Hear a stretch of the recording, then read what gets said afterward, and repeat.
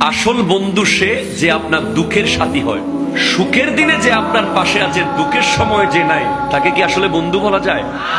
আমরা সব ধরনের বিপদ আপদে একটা মানুষকে স্মরণ করি যে আমার বন্ধু।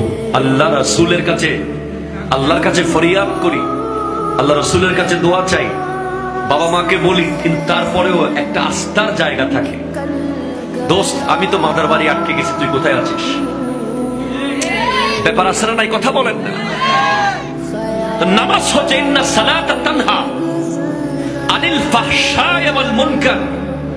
নামাজ হচ্ছে ওই বন্ধু যে আপনাকে মদের বোতলে হাত দিতে দেবে না। সুবহানাল্লাহ, জোরে বলতেছেন না আপনি? নামাজ হলো ওই বন্ধু যে আপনাকে ঘুষের টাকা ধরতে দেবে না। নামাজ হলো ওই বন্ধু যে আপনাকে সুদের টাকা খেতে দেবে না। নামাজ হলো ওই বন্ধু যে আপনাকে মানুষের জায়গা দখল করতে দেবে না। নামাজ হলো ওই বন্ধু যে আপনাকে বাবা মার সাথে বেয়াদবি করতে দেবে না। নামাজ হলো ওই বন্ধু যে আপনাকে বিনয়ী বানাবে, নম্র বানাবে, ভদ্র বানাবে, সভ্য বানাবে। বন্ধু সে যে আপনার দোষগুলো থেকে আপনাকে বাঁচানোর চেষ্টা করে। ঠিক কিনা বলেন? শত্রু সে যে আপনাকে বারবার দোষের দিকে ঠেলে দেয়,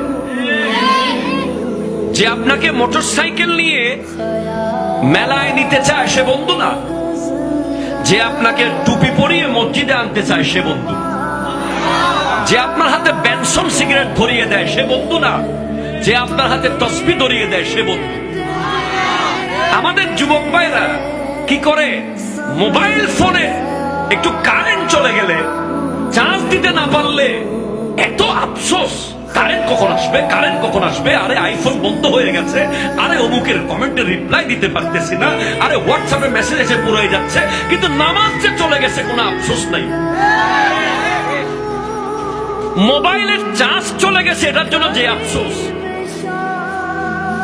এর 2% আফসোস যদি নামাজ চলে গেছে এর জন্য করত, তাহলে আজকের যুব সমাজ স্বর্ণালী যুব সমাজ হতো। ঠিক কিনা বলেন না? তাই নামাজ হলো ফ্রেন্ড, বন্ধু, এবং নামাজ হলো বডি গার্ড। নামাজ যে অনেক মানুষকে গার্ড দিয়েছে। এমন এমন অ্যাক্সিডেন্টের কমেন্ট ওখানে এসেছে যারা মৃত্যু নিশ্চিত, কিন্তু নামাজ পড়ে রাস্তায় নেমেছিল, গাড়ি চুরমার হয়ে গেছে, মানুষের গায়ে একটু চুল ছিঁড়ে নাই। যেখানেই টাইম হবে, গাড়িতে চলাকালীন সময়ে, সফরে থাকাকালীন সময়ে নামাজের টাইম হয়েছে, 1 সেকেন্ড দেরি করবেন না। এটা যদি গ্রিন লাইন ডবল ডেকারও হয়, যেখানে 39 জন এলিট পার্সন ঘুমাচ্ছে, আপনি হুজুর মানুষ নামাজ পড়তে চাচ্ছেন, আপনার একটু একটু আনইজি লাগতে পারে। আমি কেমনে বলবো গাড়ি থামাইতে? হ্যাঁ, আপনাকেই বলতে হবে, এটা একটা বড় জিহাদ। ঠিক কিনা বলেন?